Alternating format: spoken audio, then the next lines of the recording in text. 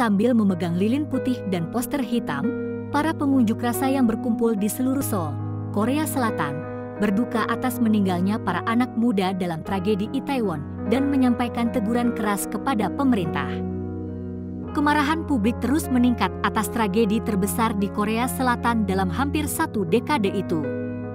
Ribuan orang berkumpul untuk berdoa dan berdemo di seluruh ibu kota. Pada 29 Oktober, kerumunan massa yang mematikan menewaskan 156 orang, kebanyakan anak muda, dan melukai 196 lainnya saat perayaan Halloween di distrik Itaewon yang terkenal dengan kehidupan malamnya.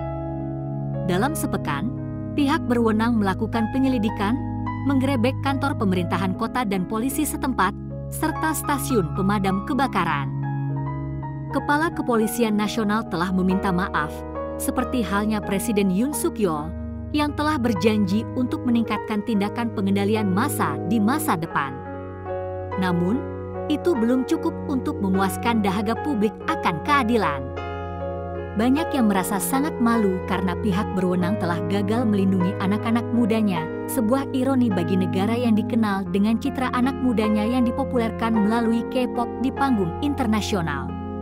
Para pengunjuk rasa menyalakan lilin untuk memperingati kematian 156 orang dalam tragedi Itaewon. Orang turun ke jalan untuk berunjuk rasa di dekat balai kota Seoul. Mereka melakukan aksinya di dekat balai kota. 2 jalur jalan utama ditutup untuk menampung puluhan ribu pengunjuk rasa. Banyak yang membawa poster berwarna hitam yang bertuliskan, "Mundur adalah ungkapan bela sungkawa." Pesan itu ditujukan untuk Presiden Yoon. Pada Sabtu, aktivis politik memimpin gelombang kemarahan itu dengan setidaknya 7 aksi duka dan protes di seluruh ibu kota. Yang terbesar digelar oleh Chandelik Action, aliansi kelompok progresif yang rutin mengadakan protes politik terhadap Presiden Yoon, bahkan sebelum tragedi Itaewon. Di atas panggung, para pembicara bergiliran menentang pemerintah dalam pidato-pidato yang diselingi dengan pertunjukan lagu-lagu sedih dan doa-doa yang dibacakan oleh para biksu Buddha. Meskipun pemerintah jelas bertanggung jawab, mereka mencari pelaku dari organisasi yang tidak relevan.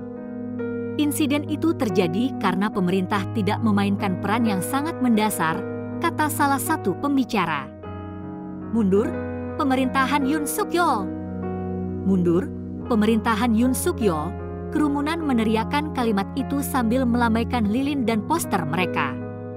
Sebelumnya, di hari yang sama di Itaewon, 200 pengunjuk rasa dari berbagai kelompok politik pemuda berkumpul di dekat lokasi kejadian. Mengenakan pakaian hitam dan masker wajah, mereka mengangkat tinggi-tinggi poster yang bertuliskan, "Pada pukul 6.34 negara hadir untuk para korban." Kalimat itu mengacu pada panggilan darurat pertama ke polisi beberapa jam sebelum tragedi itu benar-benar terjadi. Total ada 11 panggilan yang dilakukan malam itu. Setelah hening selama 1 menit sambil menghadap ke gang, kepala mereka tertunduk dan mereka berbaris tanpa bersuara, menyusuri jalan raya utama Itaewon yang sibuk. Mereka memegang bunga krisan putih, yang dalam budaya Korea merupakan bunga kesedihan, dan poster hitam bertuliskan, "Kita bisa menyelamatkan para korban dan pemerintah harus mengakui tanggung jawab mereka." Awalnya saya merasa sedih, tapi sekarang saya marah. Saya di sini karena kejadian ini sebenarnya bisa dicegah. Orang-orang itu seumuran dengan saya, kata mahasiswa berusia 22 tahun, Kang Hejo. Di pemberhentian terakhir mereka, sebuah tugu peringatan perang, para aktivis pemuda itu bergiliran menyampaikan pidato. "Masyarakat ini tidak normal, kita tidak aman. Pemerintah tidak memenuhi tanggung jawabnya, mengorbankan anak-anak muda.